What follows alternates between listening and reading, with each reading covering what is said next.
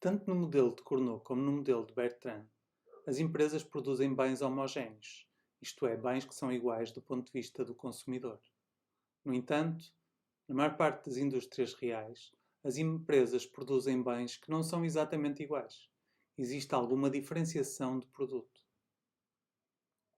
O primeiro modelo de oligopólio com diferenciação de produto, e o mais influente até hoje, foi proposto por Hotelling em 1929.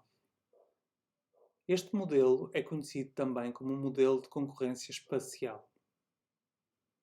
Hotelling imaginou uma cidade linear, uma reta, ao longo da qual se distribuem uniformemente os consumidores. Em cada extremo dessa reta situa-se uma empresa. Temos, portanto, duas empresas, cada uma num extremo da cidade, que produzem bens que seriam homogéneos não fosse pelo facto de serem disponibilizados em sítios diferentes. Os consumidores suportam um custo de transporte para se deslocarem até à empresa, até à loja, e quando escolhem entre comprar à empresa do lado esquerdo e comprar à empresa do lado direito, têm em conta não apenas o preço cobrado pelas empresas, mas também os custos de transporte de se deslocarem até às lojas. Na sua formulação mais simples, podemos assumir que o custo de transporte é proporcional à distância percorrida. Podemos pensar que é T vezes a distância percorrida. Se pensarmos no extremo esquerdo como o ponto 0 e no extremo direito como o ponto 1, T será o custo de atravessar toda a cidade. Um consumidor localizado no ponto X entre 0 e 1, se comprar à loja do lado esquerdo, paga o preço cobrado pela loja do lado esquerdo mais T vezes X, que é a diferença entre 0 e X, que é o local onde ele se encontra. Se comprar à empresa do lado direito, paga o preço cobrado pela empresa do lado direito mais T vezes 1 menos X, que é a distância que tem que percorrer. O consumidor compara esses dois custos totais, preço mais custo de transporte, e escolhe a empresa que fornece o bem a um custo inferior. Se as empresas fixarem o mesmo preço, metade dos consumidores, aqueles que estão localizados entre 0 e 1,5, vão comprar à empresa localizada em 0. A outra metade, aqueles localizados entre 1,5 e 1, vão comprar à empresa localizada em 1. Se uma das empresas, por exemplo a empresa do lado esquerdo, subir um pouco o seu preço, não vai perder todos os seus clientes. O cliente localizado em 1,5 vai passar a preferir deslocar-se à loja do lado direito. No entanto, os clientes que estão suficientemente próximos do lado esquerdo, de 0, vão continuar a preferir deslocar-se ao ponto 0, apesar de pagarem um preço um pouco superior pelo bem vendido pela empresa que está no ponto 0. Neste modelo, quer os preços sejam iguais, quer sejam diferentes, desde que não sejam muito diferentes, haverá um consumidor que estará indiferente entre comprar a empresa do lado esquerdo e comprar a empresa do lado direito. Esse é o consumidor que nós chamamos consumidor indiferente. Todos os consumidores à esquerda dele vão comprar à empresa do lado esquerdo. Todos os consumidores à sua direita vão comprar à empresa do lado direito.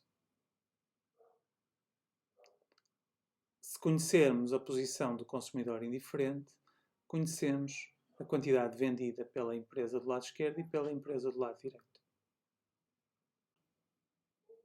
Se conhecermos a posição do consumidor indiferente em função dos preços fixados pelas duas empresas, conhecemos também o lucro de cada uma das empresas. uma vez que a posição do consumidor indiferente nos dá imediatamente as quantidades vendidas por cada uma das empresas, e multiplicando pela diferença entre preço e custo, obtemos assim o lucro de cada empresa. Conhecendo as funções de lucro, isto é, a relação entre o perfil de preços e o lucro de cada empresa, conseguimos calcular a melhor resposta de cada empresa ao preço fixado pela outra e, portanto, o equilíbrio nasce deste jogo. Em equilíbrio, constatamos que as empresas fixam um preço igual ao custo marginal de produção, assumindo que elas têm um custo unitário constante, mais o parâmetro de custo de transporte, T, o custo de transporte por unidade de distância.